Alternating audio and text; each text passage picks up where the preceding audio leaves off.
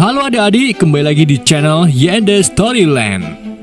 Di video kali ini, admin akan mendongeng sebuah film Assassin berjudul Reign of the Assassin yang dirilis pada tahun 2010. Film ini bercerita tentang seorang pembunuh bayaran yang mencoba memulai kehidupan normal.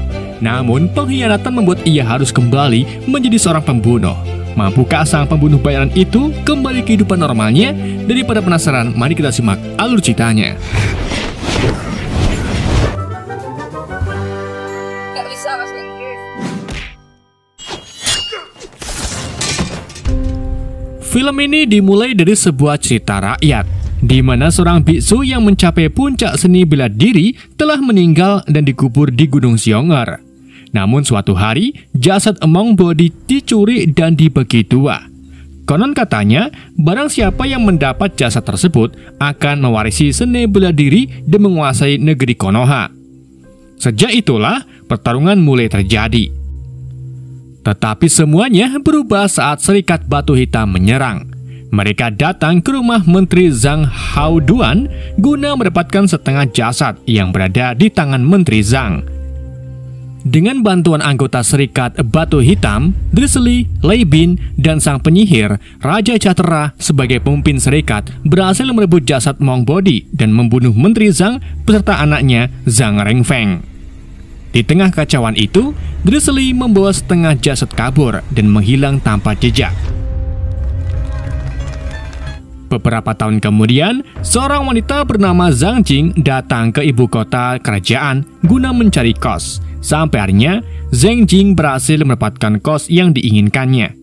Xin berpindah ke Serikat Batu Hitam yang segera membuat bounty bagi siapa saja yang berhasil menangkap dan merebut jasad di tangan Drizzly. Setelah Serikat Batu Hitam menyebar bounty, Drizzly mulai diserang oleh beberapa seniman bela diri. Namun, Drizzly dengan jurus cacaran airnya dengan es mengalahkan para musuhnya.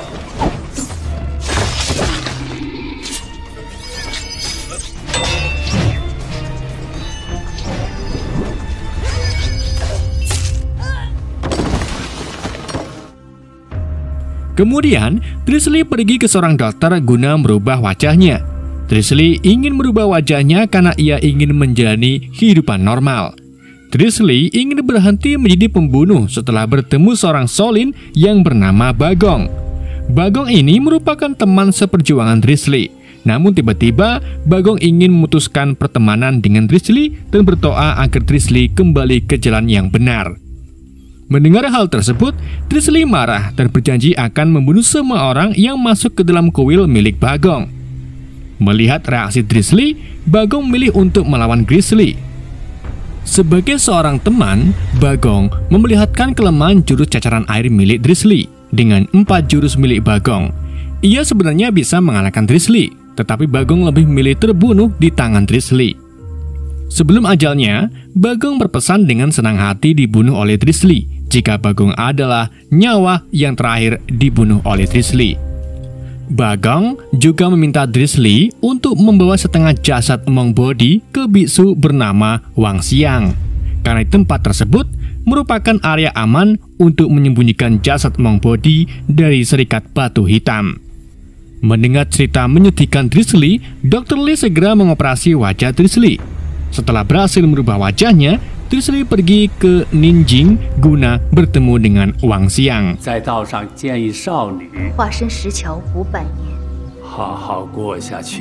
Setelah menyembunyikan setengah mayat Monk Body, Drizzly dengan wajah barunya pergi ke ibu kota untuk memulai kehidupan normal. Di lain sisi, seorang kurir JND bernama Jiang Azeng sedang menunggu pelanggan. Tak lama, datanglah seorang bocil yang meminta mengantarkan ginseng ke salah satu pasien. Setelah mengantar paket, Anseng berkunjung ke toko milik ibu kos dan kebetulan melihat Zhang Jing yang sedang berjualan. Anseng yang terpesona mencoba mendekati Zhang Jing, namun Zhang Jing terlihat tidak begitu peduli dengan Anseng. Xin lalu berpindah di rumah Fatty Chen yang merupakan sekretaris dokter Serikat Batu Hitam. Fatty Chen yang sibuk kuli dikejutkan oleh kedatangan Lei Bin diikuti Raja Cahtera. Chen segera menyerahkan laporan keuangan dan memberitahukan bahwa ia sudah menemukan pengganti Drizzly. Chen juga mendapatkan informasi bahwa setengah jasad Monk Body yang lain berada di tangan pemilik bank bernama Zhang Daijing. Di lain tempat, seorang gadis bernama Turquoise Ye sedang disidang karena kesusu pembunuhan yang ia lakukan kepada tunangan beserta keluarganya di saat malam pertama. Setelah sidang, Turquoise divonis hukuman mati dan dibawa ke penjara. Di dalam penjara, sang penyihir memberikan bubuk kura-kura yang membuat Turquoise kehilangan detak jantung selama beberapa jam. Kemudian, para sipir datang dan melihat Turquoise yang tidak bernafas segera menguburnya. Setelah Turquoise dikubur, sang penyihir dan Raja Chatera membongkar kuburan dan mengajak Turquoise bergabung. Hari silih berganti. Hari kuplek. Ah Seng terus berupaya mendekati Zhang Jing. Sabarnya usaha Ah Seng membuahkan hasil. Zhang Jing menerima perasaan Ah Seng dan mereka berdua segera menikah. Sementara itu, Fatty Chen tiba-tiba ditemukan tewas dan berkas-berkas penting sudah hilang.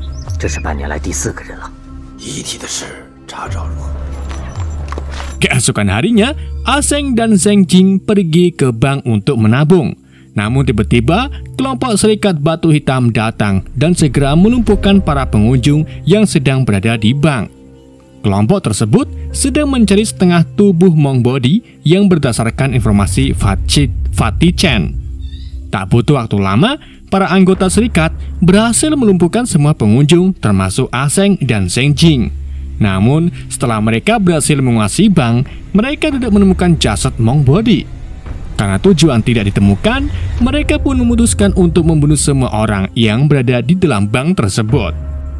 Melihat hal ini, Zhang Jing pun tidak tinggal diam dan mulai beraksi dengan membantai kelompok serikat.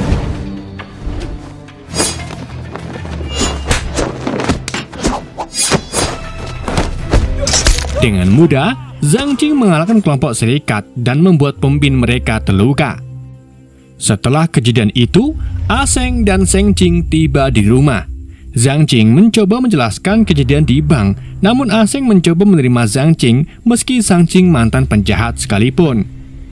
Sementara itu, di markas Batu Hitam, Raja Chatera mencoba menggorek informasi dari anak buahnya yang terluka saat menjalankan misi di bank. Dari luka itu, Raja Chatera mengetahui bahwa luka tersebut disebabkan oleh jurus cacaran air milik Drizzly. Setelah mengetahui Drizzly berada di ibu kota, Raja Chatera segera memanggil seluruh petinggi Serikat Batu Hitam, termasuk Turquoise yang baru bergabung di Serikat Batu Hitam. Keesokan paginya, Zhang Jing telah menyadari bahwa dirinya diikuti oleh Lei Bin. Ia mengetahui bahwa keberadaannya sudah diketahui oleh Serikat Batu Hitam. Karena tidak ingin membayangkan Ah Seng, Zhang Jing pun memutuskan menunggu kedatangan Serikat Batu Hitam. Sedangkan Ah Seng tertidur oleh obat Zhang Jing. Tak lama, anggota Serikat Batu Hitam pun datang ke rumah Zhang Jing diikuti oleh Raja Chatera. Raja Chatera meminta setengah jasad Monk Body yang berada di tangan Drizzly atau Zhang Jing. Zhang Jing pun akan memberikan jasad Monk Body dengan menukar kehidupan Ah Seng dan dirinya. Raja Chatera tentu saja setuju, namun dia meminta Zhang Jing membantu mendapatkan setengah jasad Monk Body-nya. Setelah mendapatkan kesepakatan, para anggota serikat pun pergi dan akan bertemu kembali di warteg Yuyang 3 hari ke depan. 3 hari kemudian, Zhang Jing dan anggota Serikat Batu Hitam berkumpul di sebuah warteg milik Pak Kuplek. Di saat itu juga, pemilik bank bernama Zhang Taojing datang guna membeli setengah jasad Monk Body dari tangan Kong Dong dan Tel. Zhang Taojing ingin menyempurnakan jasad Monk Body karena ia sudah mempunyai setengah jasad tersebut. Namun, Zhang Taojing tidak mengetahui bahwa jasad Monk Body yang berada di Kong Dong dan Tel itu palsu. Di malam hari, Zhang Jing membawa setengah jasad Monk Body dan bersiap mencuri setengah jasad dari Zhang Taojing. Saat transaksi terjadi, Zhang Taojing menyadari bahwa jasad Monk Body milik Kong Dong dan Tel itu ternyata palsu. Kemudian, para pengawal Zhang segera menyerang Kong Dong dan Tel. Adu mekanik pun terjadi antara Kong Don dan Tel melawan para pengawal Zhang.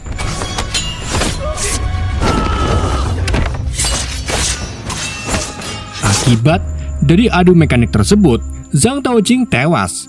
Namun, di tengah kacauan, Kong Don mengkhianati Tel dan berhasil kabur dengan membawa setengah jasad Monk Body. Melihat kejadian ini, sang penyihir segera mengejar Kong Don diikuti oleh Zhang Qing dan Lei Bin. Setelah sang penyihir berhasil mendapatkan setengah jasad Monk Body, tak lama Zhang Qing datang. Sang penyihir mengajak Zhang Qing dan Lei Bin, namun aksi pengkhianatan sang penyihir didengar oleh Raja Cahtera yang berusia tiba. Zhang lebih meletakkan jasad Monk Body dan memilih tidak terlibat konflik. Zhang Qing hanya ingin bebas, sedangkan Lei Bin belum membuat keputusan. Akhirnya, pertarungan terjadi antara Raja Cahtera melawan sang penyihir. Sedangkan Zhang Qing yang hendak kabur dihadang oleh Turquoise. Turquoise penasaran dengan ilmu silat milik Dursley atau Zhang Qing ini.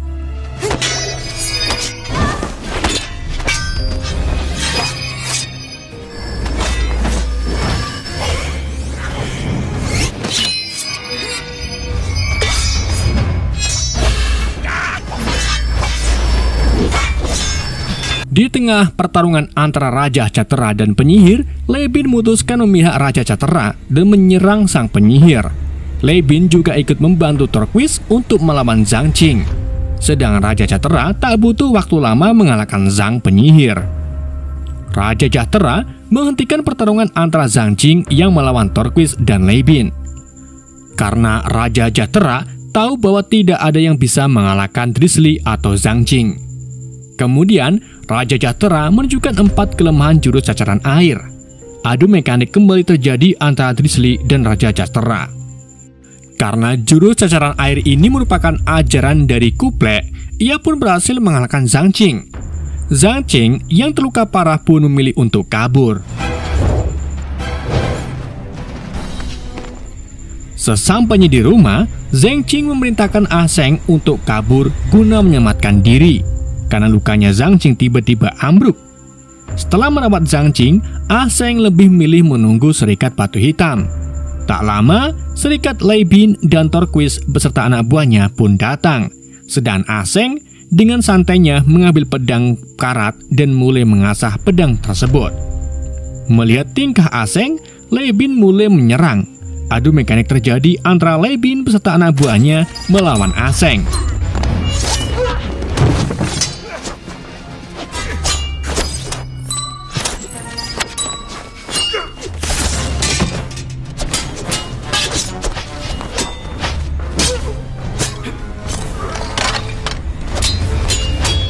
Ah Seng yang terlihat cupu ternyata suhu.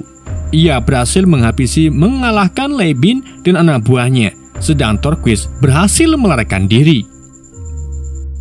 Keesokan paginya, Qasim Zhang yang sedang bertugas tiba-tiba diserang oleh Ah Seng. Ah Seng sudah mengetahui bahwa Qasim Zhang adalah Raja Cahtera. Ah Seng mendapatkan informasi setelah membunuh sekretaris Chen. Setelah menyerang Raja Cahtera, Ah Seng mengajak ketemuan di sebuah kuil karena Ah Seng berhasil mencuri jasad Monk Body dari rumah Raja Cahtera.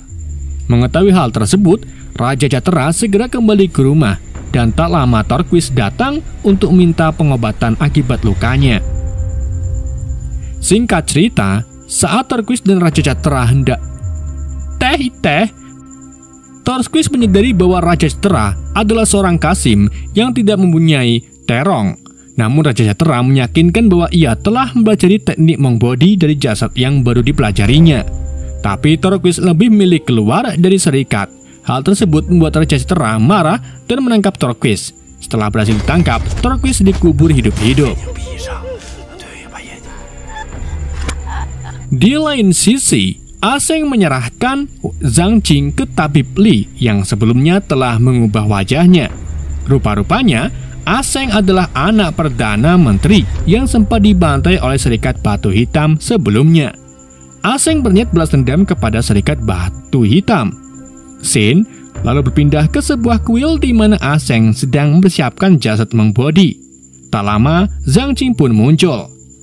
Melihat Zhang Qing yang datang, Aseng pun segera menceritakan identitas aslinya. Ia adalah Zhang Rifeng, anak dari Menteri Zhang Heiduan. Aseng berhasil selamat dari tusukan berkat letak jantung Aseng yang terbalik. Kemudian, ia ditemukan oleh Dr. Li dan meminta Dr. Li untuk merubah wajahnya. Setelah merubah wajahnya, ia sengaja datang ke kota guna mencari Drizzly dan berpura-pura mendekatinya dengan tujuan memusnahkan Serikat Batu Hitam. Perasaan yang ditujukan Aseng untuk Zhang Qing semuanya palsu. Mengetahui hal tersebut membuat Zhang Qing pun kecewa. Namun, Aseng tidak membunuh Zhang Qing dan lebih melepaskan Zhang Qing. Sedangkan Zhang Qing yang terlanjur sakit hati segera menyerang Aseng. Adu mekanik terjadi dan membuat Aseng tertusuk di sebelah kiri.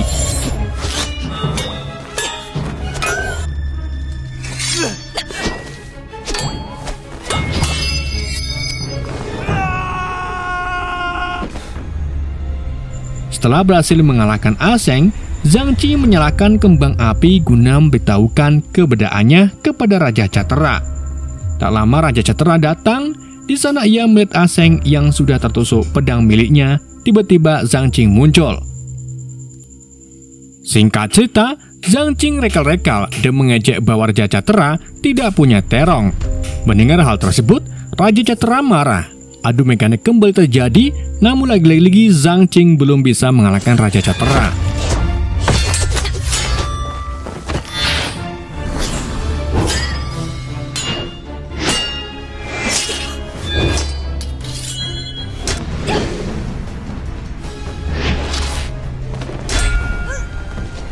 Saat terpojok, Zhang Qing teringat 4 jurus yang ditunjukkan Bagong sebelumnya. Adu mekanik kembali terjadi. Zhang Qing dengan jurus barunya berhasil mengalahkan Raja Cetera. Namun di saat-saat terakhirnya, Raja Cetera berhasil melayangkan sayatan ke Zhang Qing yang membuat Zhang Qing sekarat.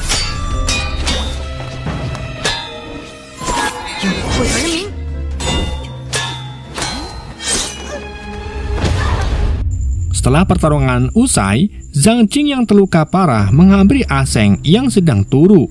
Rupa-rupanya, Aseng masih hidup. Sebelum menusuk Aseng, Zhang Qing memberikan bubuk kura-kura yang membuat jantung seolah-olah berhenti berdetak. Zhang Qing juga tahu bahwa organ jantung milik Aseng terbalik sehingga ia menusuk di sebelah kiri. Aseng juga memberikan setumpuk emas di lantai rumah untuk Aseng saat Zhang Qing tewas. Zhang Qing ingin menebus dosanya kepada Aseng untuk membunuh Raja Cetera. Keesokan paginya, Aseng terbangun dan melihat Drizzly yang sekarat. Mendengar ketulusan Zhang Qing, Aseng pun segera menghampiri Zhang Qing dan membawanya pulang. Tamat. Kuplek. Oke guys, itulah alur cerita film Rick of the Assassin. Semoga kalian tidak terhibur dengan alur cerita yang saya bawakan. Mohon maaf jika ada kesalahan dalam penyampaiannya ataupun penyebutan nama. Sekian dari YND, sampai jumpa di video berikutnya.